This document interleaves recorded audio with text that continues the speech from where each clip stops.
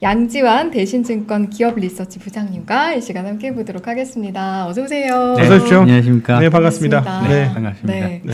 오늘 또 얼마나 귀중한 이야기 들려주실지. 네, 지금 이게 논란이 굉장히 많은 자리인데 이게 진짜 불꽃 튀는 자리거든요. 근데, 논란이 많은 자리라고요? 왜냐하면 네. 피크아웃이냐 아니냐, 피크아웃이냐 그쵸, 아니냐 그쵸. 하는 거고 뭐냐면 이렇게 보는 거죠. 과거 대비 너무 많이 올랐어. 너무 많이 올랐고 이렇게 올랐으면 한번 좀 빠져야 돼. 근데 이거는 굉장히 웃기는 게 말이죠. 진짜 그 선사들, 세계적인 선사들 입장에서도 자기네들도 너무 많이 올랐어. 근데 계속 올라요. 이러고 있는 상황이에요. 네네. 즉 해운 누님이 엄청나게 올랐는데 빠지지 않고 있는 상황이에요. 근데 우리 양지환 그 연구원님께서 부장님께서 네. 일단 고다. 3분기는 고다. 이렇게 말씀하셨어요. 그러셨군요, 부장님. 맞았으면 기대가 되네요. 좋겠습니다. 네, 오늘. 네. 하신 근데 말씀. 이게 네. 보면 건화물 운임이 이제 슬슬 올라오기 시작하죠. 많이 올랐다가 최근에 좀 조정받고 있습니다. 요즘에 다시 조정받고 네, 있나요? 네, 네. 건화물하고 네. 컨테이너하고의 연관성은 네. 없나요? 왜냐하면 저희 느낌에는 원료 들어오는, 그러니까 원료를 실어 나르는 건화물 시세가 좋으면 그걸 갖고 물건을 만들어서 상품을 컨테이너 실어서 나르니까 건화물이 좋으면 컨테이너도 좋지 않을까 하는 생각인데 네. 요번에 근데 굉장히 어그러진 거예요. 2020년 그 코로나 때문에 모든 게 쉬었다가 또 그다음에 부두도 좀 쉬고 네. 막 이러면 모든 게 적체. 그리고 오늘도 말씀해 주셨지만 깜짝 놀랐던 게 부두에서 못 내린다면서요. 지금 네, 상황이. 많이 지금 선사들의 배들이 미서한 포트에 많이 이제 네. 하역을 대기하고 있는 배들이 많이 있습니다. 그러니까 네. 8월 30일 기준으로 봤을 때 LA랑 롱비치 네. 포트에 이제 컨테이너선 46척 정도가 지금 대기 중이거든요. 그리고 사실 3분기가 제일 성수이기 때문에 네. 8월, 9월, 10월 초까지 사실 이제 서부 항만에 도착하는 배들이 계속 많이 이제 예정되어 있습니다. 그래서 앞으로 50척 이상의 이제 배들이 10월 8일까지 도달할 텐데 포트의 이제 생산성이 물동량 증가를 따라가지 못하고 있다 이렇게 보시면 될 것 같습니다. 그거는 미국이 후져서 그렇습니까? 아니면 워낙 많이 늘었다. 워낙 갑자기 물동량이 많이 늘다 보니까.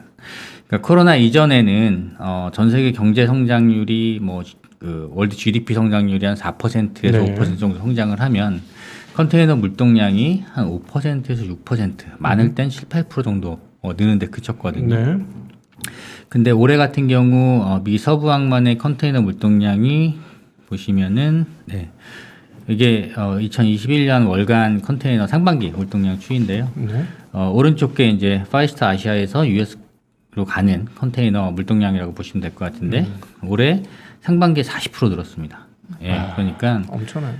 사실 2020년 상반기가 좀 특수한 상황이었잖아요. 그렇죠. 그렇죠. 예, 코로나로 인해서 작년 3월부터 4월달, 5월달까지 물량이 많이 빠지던 시기였기 때문에 네.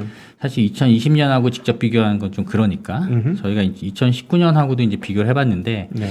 2019년 대비로도 미주 쪽의 물동량은 30% 정도 늘었습니다. 그럼 진짜 제대로 늘은 거네요. 예, 엄청나게 늘어난 네. 거예요. 그래서 실제로 물동량이 많이 늘어나다 보니까 과거에는 하이 싱글 디짓 정도의 하이 싱글 정도의 물동량 성장률이 나타났을 때 충분히 항만에서 소화할 수 하역하고 있었는데. 컨테이너 야적장 가서 그다음에 이제 레일이나 아니면 트러킹 서비스를 통해서 내륙으로 들어가는 네. 이런 인터모달 서비스까지 연계되는데 큰 문제가 없었습니다. 네. 근데 올해 같은 경우 그러니까 작년 하반기부터라고 보시면 될 것 같습니다. 네. 작년 하반기부터는 물동량이 워낙 많이 늘어나다 보니까 네. 거기에 이제 항만 노동자들도 코로나로 인해서 들 나오고. 생산성이 좀 저하되고 네. 이런 현상들 때문에 미주 서부 항만의 이제 컨테이너 터미널의 적체가 시작됐고요. 네. 그리고 그러다 보니까 보통은 미주만 그러면 다행인데 네. 미주에 간 배가 못 아시아로 와. 빨리 돌아와야 될 거 아니에요. 네. 보통 미서한 서비스가 6주 서비스입니다. 라운드 트립 기준으로. 가는데 3주, 오는데 3주. 그렇죠. 네. 갔다 오는데 한 3주씩 걸리는데 갔다 돌아와서 싣고서 또 가야 되잖아요. 그렇죠. 근데 아시아 이쪽 중국이나 한국 쪽 이쪽 이제 아시아 쪽의 포트에는 계속 컨테이너가 쌓이는 거예요. 못 나가고 쌓여 있는 거죠. 네. 거기다가 중국 같은 경우는 코로나 환자가 발생할 경우에 아예 포트를 셧다운하는 그런 조치를 내리거든요. 네, 얼마 전에도 한번 얼마 그랬죠? 전에도 닝보하고 선전에서 2번 그런 일이 네. 있었는데 그러다 보니까 아시아포트에서도 적체가 이제 시작이 되고 네. 그리고 이러다 보니까 또 유럽도 마찬가지. 그래서 전체적으로 이제 어떻게 보면 순환 참조가 걸렸다 이렇게 보시면 될 것 같고요. 그래서 컨테이너 쪽에 지금 뭐 그 호황 자체가 엄청나게 예상보다 길게 이어지고 있잖아요. 네. 여기 있는 물동량 증가도 물론 기여를 하고 있지만 이 공급망의 어떤 원하는 작동이 지금 되지 않고 있다. 그래서 이 운임이 꺾이려면 그리고 컨테이너가 좀 정상적인 수준으로 돌아가려면 결국에는 미국의 물동량 증가세가 좀 둔화돼야 되는데 이제 그게 이제 언제냐 네. 이게 이제 제일 관건인 것 같고요. 네. 그래서 이제 뭐 투자자분들께서는 뭐 일부 투자자분들께서는 미국이 이제 백신 접종도 많이 하고 네. 그리고 위드 코로나 시대로 이제 자꾸 가려고 하니까 네. 그동안은 서비스 쪽에 소비를 못했던 부분들이 다시 여행이 재개되고 하면 이런 물동량 증가세가 좀 꺾이지 않겠느냐. 그래서 하반기에는 모르겠지만 어쨌든 내년에는 코로나랑 같이 살아가는 시대가 오지 않겠느냐. 그러면 해운은 이제 피크아웃 하는 거 아니냐. 네. 이렇게 이제 보시는 시각이 많습니다. 근데 50척 정도가 대기하고 있다. 바닷가에서 육지로 못 들어와서. 예. 그게 어느 정도 규모입니까? 50척이면은 지금 이제 그 8월 30일 46척이거든요. 네. 46척 중에는 뭐 6,000T짜리 컨테이너도 있을 거고, 10,000T 넘어가는 이제 메가 컨테이너도 있을 거고. 만 T면 저기 뭐야 컨테이너가 10,000개 들어가 있는 거로 그렇죠. 만들어. 20피트 컨테이너 기준에 10,000개가 실려 있는 네. 배들이라고 보시면 될 것 같은데요. 뭐 정확히 뭐 컨테이너가 몇 개 정도 거기에 이제 있는지 모르는데 제가 이제 차트를 보여드리면, 예. 이게 이제 그 왼쪽이 전 세계 컨테이너 선박에 이제 실려 있는 컨테이너들이 얼마나 지금 포트에 있느냐를 이제 보여주는 그래프거든요. 그 왼쪽에 그래프 보시면은 과거에 2016년, 뭐 17년부터 한 2020년 초까지만 하더라도 전체 플릿의 한 30% 정도가 포트에 이제 대기 중인 거죠. 네. 예. 근데 2020년 상반기에 지나면서 이게 급격하게 올라가기 시작합니다. 그래서 지금 뭐 평균적으로 보면 한 32%, 그러니까 과거 대비 한 2% 정도 더 올라왔다고 보시면 될 것 같은데요. 네. 이게 이제 전체 컨테이너 플릿이 전 세계 컨테이너 다 모아놓으면 한 2,400만 티 정도 됩니다. 네. 그러니까 2,400만 티 정도 되니까 2%면 거의 한 50만 티 정도의 컨테이너가 과거 대비해서 네. 더 많이 네. 포트에 대기 중인 대기 거고 중이다. 네. 50만 티면은 결국 10,000T짜리 선박으로 봤을 때 네. 50척 정도. 네. 네, 그 정도가 컨테이너선이 지금 항만에서 대기 중인 네. 게 있다라고 일단 보시면 되고, 이게 미주 쪽 그래프 보시면 훨씬 더 명확하게 나타나는데요. 2020년 7월이 지나면서부터 US 웨스트 코스트 포트의 컨테이너가 상당히 이제 적체가 심화되는 모습이 나타나고 네. 있죠. 어. 그래서 7월 달에 잠깐 빠졌다가 최근에 다시 올라오고 있습니다. 이게 아마 코로나 델타 변이도 하나 역할을 했을 것 같고. 뭐 여러 가지가 다 역할을 하고 있는 것 같아요. 저희가 정확히 이유를 알 수는 없지만 뭐 델타가 확산이 되면서 미국 쪽에서도 이제 경제 활동이 조금 줄었을 가능성도 있고, 네. 그 다음에 중국에서 출발 못하고 묶여있던 또 컨테이너들이 6월, 7월 달에 있었거든요. 그게 이제 도착하면서 그런 일이 벌어졌을 수도 있고. 게다가 이제 추수감사절 오고 크리스마스 오고 미국 사람들 최고의 명절이 오는데 선물 좀 해야 되는데. 그러니까 3분기가 컨테이너에 가장 많이 그 물건이 실려 나가는 네. 성수기거든요. 그게 네. 이제 4분기에 매장에 디스플레이 할 그런 제품들이 3분기에 다 실려 나가는데 3분기에 물동량이 급격하게 늘어나다 보니까 점점 다시 이제 심화되는 상황으로 왔다 이렇게 보시면 될 것 같고. 저는 추석 생각하면 오히려 택배 육상운송 쪽이 더 떠오르는 것 같은데요. 오늘 그러니까 주변 국내 그거는 쪽에 국내고, 네, 그건 국내고요. 아. 그리고 아까 전에 이제 아까 각도기님이라고 네, 각도기라고 그래요. 네, 각도기님께서 이제 컨테이너랑 벌크랑 뭐 이렇게 네. 연관이 있냐 이거 질문하셨잖아요. 네. 사실 벌커 시황작 같은 경우는 올해 초부터 이제 좋아지기 시작했어요. 네. 또 작년 하반기부터도 조금 회복 기미가 있었는데 물론 이제 벌크 쪽도 디맨드가 살아나기 시작한 건 맞습니다. 네. 예, 맞지만 컨테이너의 영향이 전혀 없지 않았다. 왜냐하면 보통 미주로 들어간 컨테이너 선이 미국에 물건을 내리고 빈 컨테이너에 보통 미국의 곡물 같은 것들 네. 아니면 브레이크 벌크 네. 아니면 그러니까 벌커선에 실릴 수 있는 물건들을 컨테이너에다가 컨테이너에 싣고 나오는 경우가 많거든요. 예. 많은데 이게 들어가면 나오는데 너무 시간이 오래 걸리니까 실을 시간이 없어. 싣고 나오면 시간이 너무 많이 흐르는 거예요. 근데 지금 아시아에서 미국 서안까지 가는데 운임이 40피트 컨테이너 하나당 5,000불이 넘거든요. 아시아에서 미국 갈 때는 컨테이너 하나당 600만 원 정도. 그 정도 되는 거죠. 근데 사실 돌아오는 컨테이너는 운임이 되게 낮아요. 예. 그러니까 선사들 입장에서는 그냥 엠프티 컨테이너라도 빨리 싣고 차라리 하루라도 더 빨리 더 오는 빨리 게 와서 그게 돈이 더 된다. 아시아에서 나가는 걸 싣고 나가는 게 훨씬 더 도움이 되니까 수익성에 네. 그런 행위들을 되게 많이 했어요. 그러니까 미국의 이제 뭐 그 곡물 쪽 수출업자들 입장에서는 실을 컨테이너가 없어진 거죠. 그러네요. 예. 그러면서 중소형 벌커선에다가 이런 것들을 실는 수요들이 생기기 시작했고, 최근에는 K벌크에도 컨테이너를 실는 거를 타진해 보고 있는 중입니다. 예?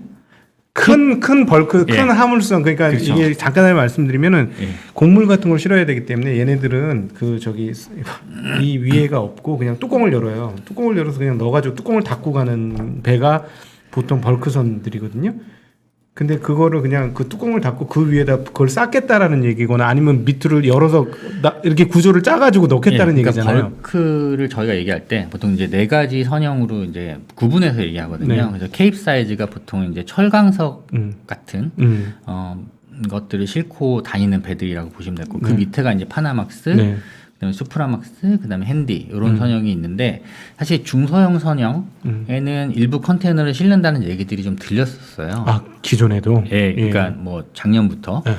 근데 최근에는 이제 K벌크라고 하면 10만 데드웨이톤 이상짜리거든요. 네. 예, 그러니까 뭐 핸디맥스라고 해봤자 4만 5천 데드웨이톤짜리인데 거의 뭐 2배에서 3배 네. 이상 되는 큰 배에다가 컨테이너를 실는 거를 한번 시도를 한번 해보자. 그래서 저희가 이제 벌크 선사 중에서 글로벌리 좀 유명한 선사라고 하면 이글벌크라고 하는 미국 상장되어 있는 업체가 있고 골든오션이라는 업체가 있는데 이런 업체들이 지금 그런 부분들을 한번 시도해보자. 왜냐하면 컨테이너에 실을 물건은 아시아에 많이 쌓여 있는데 네. 지금 미국으로 갔던 배들이 못 돌아와서 포트에 대기하고 있는 컨테이너가 많으니 이거를 지금 실어 나르면 도움이 되지 않겠느냐. 뭐 그런 시도들도 지금 있다. 그래서 어쨌든 컨테이너 업황의 호황 자체가 건화물선에도 당연히 영향을 좀 주고 있다라고 좀 보시면 될 것 같고요. 네. 예, 뭐 항공화물 쪽도 일부 영향이 있다. 그렇죠. 이렇게 보셔야 될 것 같습니다. 참고로 제가 자전거 매니아거든요. 네. 한국에 지금 자전거가 씨가 말랐어요. 자전거 살 수가 없어요. 살 수가 그래요? 없습니다. 네, 왜 맞아요. 그런지 아세요? 글쎄요. 자전거를 저렇게 컨테이너 하나에 600만 원씩 내고 자전거를 실어서 날리기에는 자전거가 너무 싼 거예요. 그래서 어떤 자전거만 들어오냐면 네네. 500만 원짜리 이상 자전거만 들어와요. 운임이 너무 비싸서. 운임을 커버리지 할 수 있는 아주 비싼 자전거만 실어서 날르지 원래 자전거 비싸지 않잖아요. 네. 그랬던 그러니까 그거를 자전거 네. 그래 옛날에 그러니까 신문 보니까 자전거 주고 막 그런 정도였잖아요. 그러니까 이거를 아예 너무 컨테이너 운임을 감당할 수 없어서 이게 아예 돌아다니질 않아요. 그런 상황입니다. 맞습니다. 그 유재현 애널리스트라고 또 네. 운송 담당하는 저희 후배 애널리스트가 있는데 그 친구가 최근에 자전거를 타기 시작했어요. 네. 그래서 자전거를 사고 싶은데 네. 네이버에서 검색해서 들어가서 구매하기 눌러서 들어가면 살 수 있는 자전거가 없어요. 맞아요. 네. 네. 그게 뭐 어떤 브랜드도 네. 거의 없더라고요. 그게 바로 컨테이너선 예, 문제 때문에 그렇죠. 그렇습니다. 지금 이제 공급망 차질 때문에 네. 뭐 어쨌든 물류가 지금 정상적으로 작동하지 않고 있다. 네. 이렇게 보시면 될 것 같습니다. 네. 야, 그러면 이게 3분기는 일단 무조건 이어진다라고 보시는 거죠? 예, 저는 연말까지 이어진다고 보고 연말까지. 있고요. 예, 일단 예. 기본적으로 지금 뭐 글로벌 컨테이너 선사들이 올해 말까지는 적어도 이게 해결되긴 좀 쉽지 않다. 네. 이렇게 보는 시각들이 많고요. 내년 정도 되면 풀리지 않겠느냐. 그러니까 이미 이제 바틀렉을 제 병목이 제대로 걸렸으니까 예. 이게 차선이 좀 뚫리려면 시간이 그만큼 걸릴 수밖에 없다. 예. 그럼 이게 호황을 얘기하는 겁니까? 그건 또 아니죠. 병목이죠, 병목. 아까 말씀드렸잖아요. 19년보다는 좋아졌으니까 약간 호황이긴 하네. 근데 20년에 못 받았으니까 또 그런 거잖아요. 그러니까 지금 미주 쪽은 컨테이너 물동이 19년 대비 상반기에 30% 늘었다니까요. 줄었으니까 20년 초반에 줄었으니까 20년 상반기에. 19년 대비. 그러니까 제가 말씀드린 거는 그게 그러니까 20년에 쪼그라들었던 게 지금 이연된 수요 아니냐? 이연된 수요가 있다. 네, 이연된 수요가. 뭐 그럴 수 있죠. 그럼 한 1년 정도 지나면 이게 해결되지 않겠느냐라는 질문입니다, 사실은. 해결될 수도 있죠. 네. 예, 근데 뭐 지금 뭐 미국 재고 얘기 많이 하잖아요. 예, 뭐 소매업체 재고, 네. 뭐 도매업체 재고량을 봤을 때 그렇게 많지 않다. 채워야 될 재고 아직 예, 여전하다. 많지 네. 않은 상황입니다. 재고가 많지 않기 때문에 사실 지금 뭐 재고를 많이 쌓았느라고 많이 땡긴 것도 아니고 지금 소비가 그만큼 원활하게 미국에서 이루어지고 있다라고 일단 보는 시각이 많은 것 같습니다. 네. 근데 이제 이게 언제까지 이어질지 그거를 이제 아무도 모르죠. 아무도 모르고 그러니까 해운 쪽에 투자할 때 투자자분 제일 이제 두려워하는 부분들이 뭐냐면 기관 투자자도 마찬가지고 뭐 개인들도 마찬가지고 다 마찬가지지만 이게 작년 한 6월부터 올라오기 시작했거든요. 네. 보시면은 미주 운임은 작년 한 6월부터 파란색 선입니다. 유럽은 작년 하반기. 근데 유럽은 사실 미주 때문에 올랐다고 보시면 돼요. 그렇겠네요. 미주의 물동량이 워낙 많이 늘어나다 보니까 미국의 박스 쇼티지 얘기가 이제 작년 하반기에 나왔던 얘기입니다. 40피트 컨테이너 박스가 부족해서 네. 뭐 맞아요. 그러다 보니까 그때 그랬죠. 유럽에서 박스를 조달해가지고 이쪽이 운임이 높으니까 네. 그래서 유럽이 이제 다시 쇼티지가 나면서 올라간 건데 이게 어쨌든 오래됐잖아요 지금. 예, 거기다가 워낙 높은 수준이니까 이게 언제까지 이렇게 될 수 있을까? 네. 예, 그런 이제 두려움 때문에 사실 선뜻 지금은 이제 주가도 많이 올랐고 네. 하다 보니까 투자를 많이 못 하시는 것 같습니다. 네. 이거 저기 조선도 하시나요? 아니요, 조선은 안 하지만 조선 아니 데이터를 많이 보긴 그러니까 하죠. 이제는 그러면 선사들이 발주를 꽤 많이 해 약간 가격은 올라오는 것 같기는 한데. 성과는 많이 올랐습니다. 네, 성과는 네. 많이 올랐고요. 보시면은 일단 2022년까지는 컨테이너 플릿 크로스 전망 보면은 올해가 4%대, 내년이 3%대입니다. 별로 안 돼요. 근데 2023년에는 엄청 대기하고 있어요. 한 180만 티 정도가 지금 딜리버리가 예정돼 있고요. 배가. 네. 예, 뭐 180만 티라고 하면 만 티짜리 기준으로 봤을 때 180척 정도 되는 거죠. 맞네요. 예, 그러니까 많죠. 그래서 작년 하반기부터 올해 상반기까지 글로벌 컨테이너 선사들이 돈을 어마어마하게 벌었습니다. 네, 그렇죠. H&M 보시면 아시잖아요. 네네. 예. 뭐 과거에 1년 벌 거를 한 개 분기에 다 벌고 있는 상황이기 때문에 그 돈으로 뭘 하느냐 해서 뭐 멀스크 같은 경우는 발주를 많이 내진 않고 최근에 이제 뭐 메탄을 연료로 하는 커팅 쪽 이제 컨테이너를 발주했고 뭐 그 밑에 이제 MSC나 CMAC 지금 다른 컨테이너 선사들 같은 경우는 신조 발주를 많이 냈습니다. 네. 그래서 2023년도에 배가 많이 들어오니까 사실 어쨌든 컨테이너는 지금 2021년 하반기니까 내년에는 물동량이 꺾일 수도 있을 것 같고 내년에 혹시 물동량 안 꺾인다 그래도 2024년에 배가 많이 들어올 거야.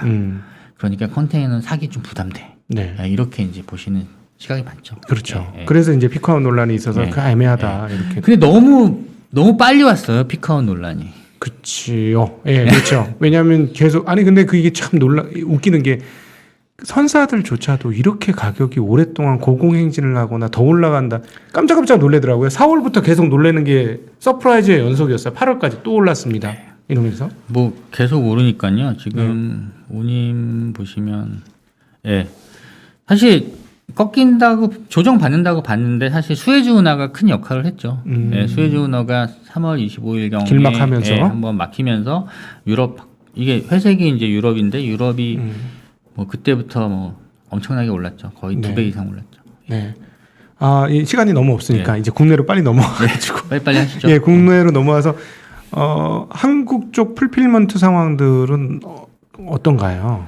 지금 풀필먼트는 인재 초기 단계이기 때문에 네. 예, 사실 그게 택배 업체의 실적에 영향을 줄 만큼 크지 않다라고 네. 일단 보시는 게 맞는 것 같고요. 음흠. 택배 쪽 말씀을 드리면 예, 단가입니다. 단가인데 네. 한진 같은 경우는 단가가 지금 사실 많이 못 오르고 있어요. 음흠. 그러니까 대한통운은 위에 이제 뭐 저희가 워딩 해놓은 거 보시면 4월부터 뭐 9%, 11%, 12%, 7월 달에도 11%. 예. 계속 올라가네요. 대한통운 계속 올랐습니다. 네. 근데 한진 같은 경우는 한 1, 2% 정도 수준으로 오르고 있거든요. 그래서 지금 대한통운은 많이 올렸는데 한진은 생각보다 많이 안 오르다 보니까 신기하네요. 신기하죠. 네. 네. 분명히 4월 1일 날 다 같이 단가 인상을 하겠다고 했는데 네. 한진은 많이 안 올랐어요. 왜 그렇죠? 네. 그게 이제 뭐 클라이언트별로 계약을 갱신하는 시점이 이제 달라서 네. 그렇다고 이제 늘 얘기를 하고 한진에서도 3분기부터는 많이 오를 거다. 네. 왜냐하면 우리는 재계약 시점이 3분기에 많이 몰려 있다라고 했는데 7월 달도 별로 안 올랐습니다. 네. 그래서 나타난 현상이 뭐냐면 처리량 보시면 한진이 급증하는.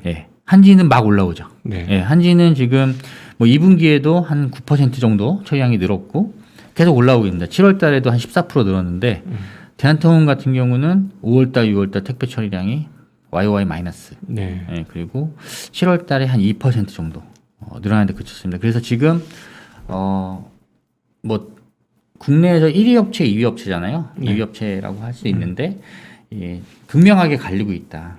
그래서 근데 결국 한진은 대한통운을 따라갈 수밖에 없을 거다 이렇게 보고 있고요. 네. 왜냐하면 사실 이 택배 단가를 올리기 시작한 거는 뭐 다른 요인이 있어서라기보다는 작년에 워낙 물량이 많이 늘다 보니까 네.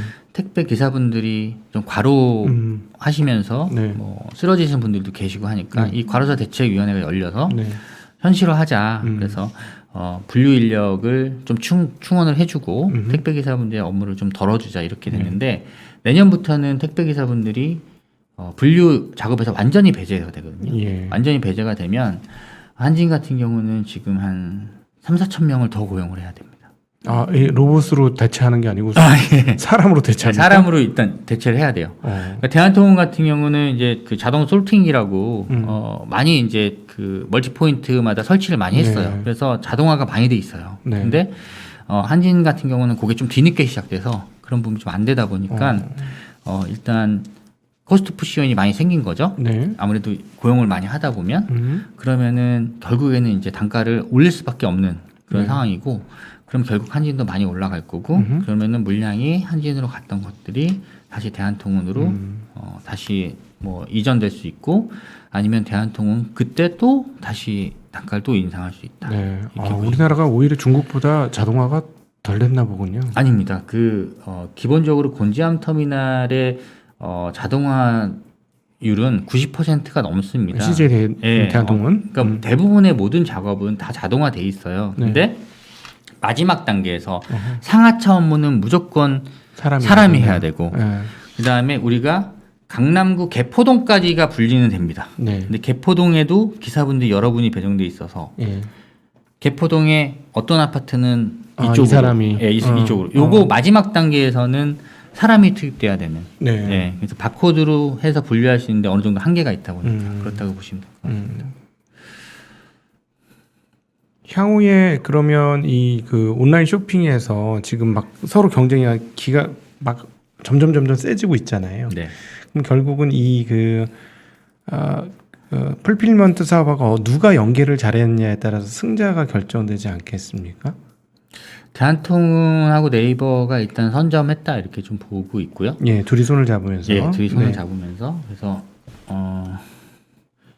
이제 대한통운이 네이버하고 손잡으면서 이제 그 한국의 아마존 꿈꾸고 있지 않습니까? 네. 그래서 지금 이제 작년에 한 대한통운이 풀필먼트 사업에 시범적으로 네이버랑 한 게 한 7개 브랜드에 대해서 했습니다. 네. 7개 업체에 대해서 했는데 이제 그게 성공적으로 안착이 되면서 계속 확장을 시키고 있습니다. 그래서 네. 지금 택배 쪽 매출에 사실 풀필먼트 사업 매출이 이제 섞여서 들어가 있거든요. 근데 네. 올해 연간으로 봤을 때는 한 1,000억 정도 수준밖에 안 돼요. 대한통운 전체. 아직 이제 네, 막 아직 시작 이제 단계네요. 단계인데 네.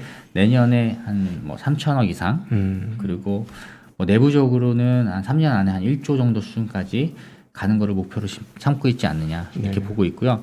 이 풀필먼트 사업을 하게 되면 좋은 거는 결국에는 저희가 당일 배송할 수 있는 물량이 훨씬 더 많이 늘어나니까 그렇죠. 아무리 단가를 좀 더 높게 받을 수 있는 게 있고 그 다음에 택배 같은 경우는 기사분들이 배송도 하지만 네. 배송하시는 기사분 말고 영업력이 뛰어난 기사분들 같은 경우는 일부 이제 온라인 쇼핑 업체라든가 그런 분들의 물건을 가져다가 터미널에 갖다 주는 아, 그럴 여력이 예, 어디 있습니까? 그러시는 분들도 계시거든요. 근데 어. 단가가 조금 낮아요. 그러니까 뭐 하나 배송할 때 900원씩 받는다면 네.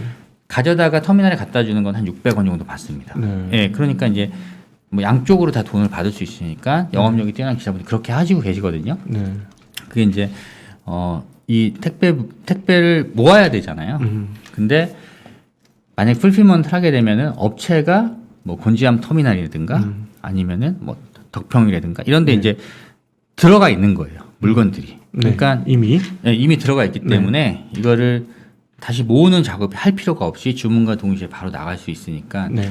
그 600원 기사분들한테 줘야 되는 부분들이 세이브가 되는 거죠. 세이브가 되고 그다음에 터미널에 업체가 들어와 있음으로 인해서 거기서 받는 임차료 수익도 발생할 수 있고 네. 그러니까 택배 업체 입장에서는 풀필먼트 사업이 활성화되면은 수익성이 훨씬 좋아질 수 있죠. 그냥 단지 딜리버리에서 네. 일종의 창고 매니징으로 영역이 점차 넓어지는 그런 개념으로 봐야 그렇다고 되나요? 보시면 되죠. 예. 네네. 지금 해운, 택배 이제 하나 남은 게 항공. 항공인가요? 예. 네. 항공은 잠시만요. 예. 여객 수요가 빠르게 올라오곤 있습니다. 올라오곤 있는데 사실 7월달, 8월달 같은 경우는 또 이제 유학생들이 많이 들어오면서 미주 노선 같은 경우는 사실 프리스티지 좌석 같은 경우는 거의 풀로 막 차고 그랬어요. 이코노미는 막 텅텅 비었지만 네. 네. 그래서 로드도 한 뭐 작년에는 20-30%밖에 안 나오던 게 지금 그래도 한 40%까지 올라오고 이러는 모습들이 좀 나타나고 있는데 아직도 갈 길은 멀다. 네. 그래서 그 대한항공 같은 경우에 그러니까 올해 2분기에 여객 쪽 매출액을 보시면 이 숫자가 보이실지 모르겠는데 이게 국내 여객하고 국제 여객 합쳐서 국내가 700억, 국제가 1,450억 정도, 그래서 한 2,100억 정도 했습니다. 네. 2,100억 했으면 과거의 한 10분의 1 정도 수준이라고 보시면 될 것 네. 같고요. 저희가 이제 3분기에 한 3,000억 정도 보고 있습니다. 그래도 이제 여전히 갈 길을 멀고, 다만 이제 항공은 화물이 좋다. 그래서 2분기에 1조 5,100억 정도를 대한항공이 이제 화물 매출을 찍었는데요. 3분기에도 1조 5천억 이상. 그래서 이제 사상 최대 분기 매출을 달성할 것 같고, 이렇게 되는 이유를 보면 뭐 컨테이너도 그렇지만 어쨌든 미주 쪽 물동량이 엄청 터지고 있는 거고, 네. 왼쪽 그래프 보시면은 이게 이제 회색 실선이 수요라고 보시면 될 것 같고요. 파란색 실선이 공급이라고 보시면 될 것 같습니다. 그래서 작년 코로나가 이제 심했던 2020년 3, 4월 이때는 엄청나게 많이 빠졌다가 네. 수요는 되게 빨리 올라왔어요. 예, 그래서 지금 플러스가 나고 있는 상황인데 이